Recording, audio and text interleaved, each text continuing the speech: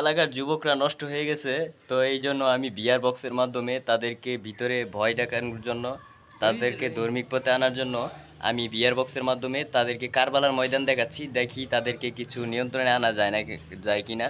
তারা কিন্তু আসলে এই এলাকার যুবকরা কিন্তু ইদানিং সব নামাজ কালাম ধর্মীয় বিষয় থেকে অনেক পিছিয়ে।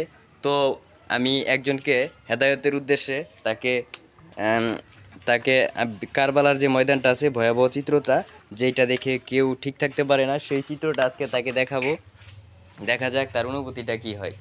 দাঁড়াও, দাঁড়ায় নাইলে বুঝবা না তো। 360 না, চতুর্দিকে ঘোরা লাগবো। তুমি মেজারমেন্ট মতো চোখ মিলাই নাও, মিলাই নাও আগে না, মেজারমেন্ট মতো মিলাই নাও, চোখটা মিলাই নাও, মানে ক্লিয়ার বুঝা দিলে পরে আমার আমি চালু করে দিতেছি ভিডিও। টিপ দিও না বা তোমার টিপ দিও না, মিলছে? এটা মনে করো আগে আমি একটু তোমার বুঝাই দিই। মনে করো এখন যদি তুমি ডাইনে বায়ে উপরে নিচে যেদিকেই তাকাও, যেদিকেই তাকাও সব দিকেই দেখা যাবো, মানে সব দিকে মুভমেন্ট করলে, মানে বাস্তবের মতো। এমনি যেরকম বাস্তবে তুমি আকাশ মাটি পাতাল নিচে সব দেহ, এটাও ঠিক ওই ডাইনে বায়ে সব দেখা যাবো, কিন্তু তোমার মুভমেন্ট করা লাগবে। চালু করে দিলাম, হ্যাঁ চালু করে দিলাম। হ্যাঁ এখন দেখো, এখন মুভমেন্ট করো, ডাইনে বায়ে সবই দেখা যাবো, উপরে নিচে সবই দেখা যাবো।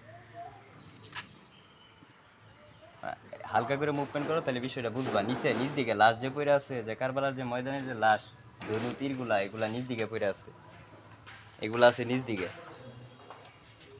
একটু নিচ দিকে খেয়াল রাখবা, চতুর্দিকে ঘুরে ঘুরে দেখা লাগবে, হ্যাঁ নাহলে বুঝবা না, মানে অনেক সিনারি যাবো।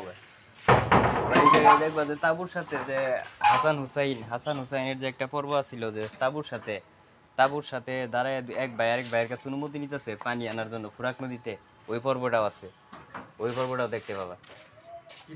ওই পর্বটা খুব ভয়াবহ, ওই পর্বটা।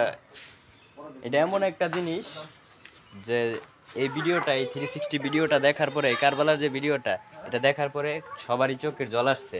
তো দেখা যাক এই এই যুবকের কি হয়। আল্লাহ পাক আমাদের সবাইকে হেদায়েত দান করুক।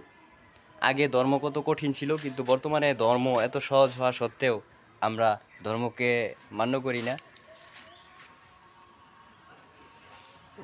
কি কি বুঝলা, কি বুঝলা, মানে কি কি বুঝলা, কি দেখলা, কও কিছু। কি কমু কি দেখলা, হুম কি দেখলা বিষয়টা? দেখলাম তো অনেক কিছু।